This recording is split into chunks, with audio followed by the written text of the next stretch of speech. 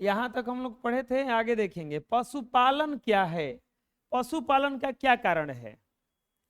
तो जिस प्रकार किसान को खेती करने से आय प्राप्त होती है, उसी प्रकार से पशुपालन करने से किसानों को अनेक प्रकार से लाभ प्राप्त होता है।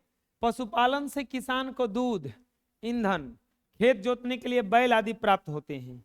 कृषि एवं पशुपालन में अन्योन्याश्रय संबंध है। कृषि से पशुओं को चारा मिलता है और पशु खेत को जोतने एवं उपजाऊ बनाने में मदद करते हैं। तो ये पशुपालन से क्या लाभ है, जैसे दूध मिल जाता है, गोबर मिल जाता है, पैसा मिल जाता है दूध बेचने से, वैसे ही पशुपालन भी ठीक है, लिख लो। नेक्स्ट, अब आ गया पाठ के अभ्यास प्रश्न है। आपके गांव में किन किन फसलों की खेती की जाती है, सूची बनाइए। तो कौन कौन सा खेतों का फसल किया जाता है।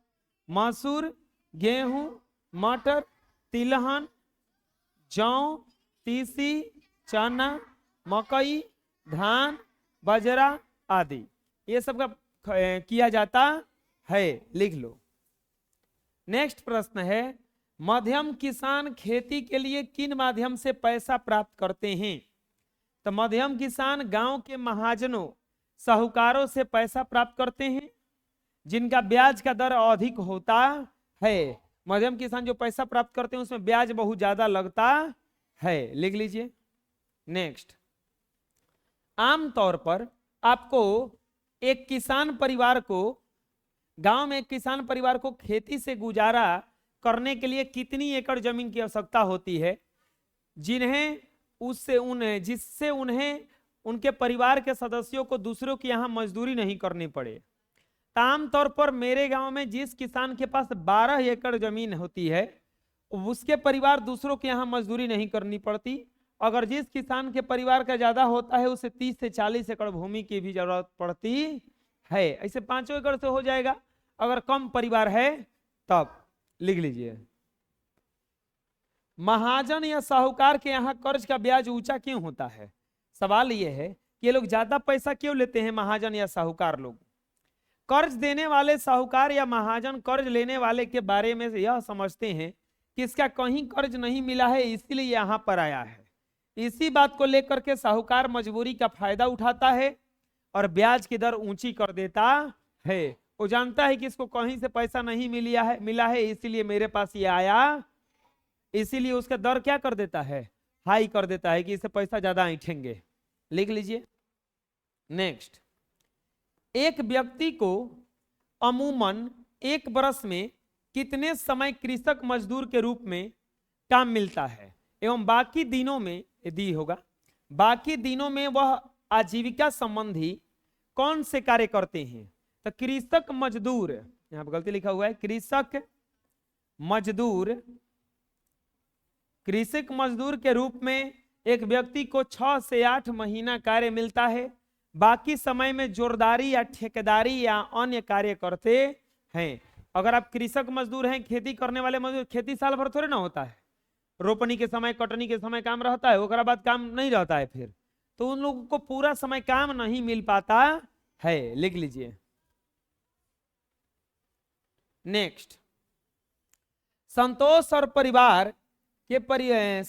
प्रमोद के परिवारों में क्या अंतर है। तो संतोष और प्रमोद के परिवारों में निम्नलिखित अंतर है। संतोष का परिवार एक कृषक मजदूर परिवार है, जबकि प्रमोद का परिवार एक बड़ा किसान। संतोष जो है एक कृषक मजदूर है, लेकिन प्रमोद क्या है, एक बड़ा किसान है। संतोष के पास भूमि नहीं है, संतोष के पास जमीन नहीं है, लेकिन प्रमोद के पास 15 एकड़ भूमि है। प्रमोद के पास कितना जमीन है, 15 एकड़। संतोष के परिवार दूसरों के खेतों पर काम करते हैं, जबकि प्रमोद के परिवार दूसरों के खेतों में काम नहीं करते हैं। संतोष के परिवार जो है दूसरों के खेतों में काम करते हैं, लेकिन प्रमोद के परिवार दूसरों के खेतों में काम नहीं करते हैं। समझ में आ जाएगा, लिख लीजिए। नेक्स्ट, गैर कृषि कार्य के अंतर्गत आपके गांव में कौन कौन से कार्य करते हैं। गांव के लोग कौन कौन से, गैर कृषि मतलब कृषि छोड़ करके। तो देखो 10 गो काम लिखा हुआ है, जैसे लोहारगिरी, दर्जी, मिट्टी, ईंट, साइकिल मरम्मत, दौरा दौरी बनाना, दौरा दौरी छठ में होता है ना, दौरा लेके चलिए। साइकिल की मरम्मत, दौरा दौरी। दुकान चलाना, राजमिस्त्री, बढ़ईगिरी, रजाई बनाना, ये सब काम है जो गैर कृषि है, कृषि से इससे रिलेटेड नहीं है। लिख लीजिए, गैर कृषि कार्य किसे कहते हैं, उदाहरण सहित समझाएं। कृषि से अलग किए जाने वाले कार्य को गैर कृषि कार्य कहते हैं, जिससे में खेत से संबंधित कार्य ना हो, जैसे दुकान चलाना, इसमें खेती का काम नहीं है। राजमिस्त्री का काम, इससे खेती से मतलब नहीं है।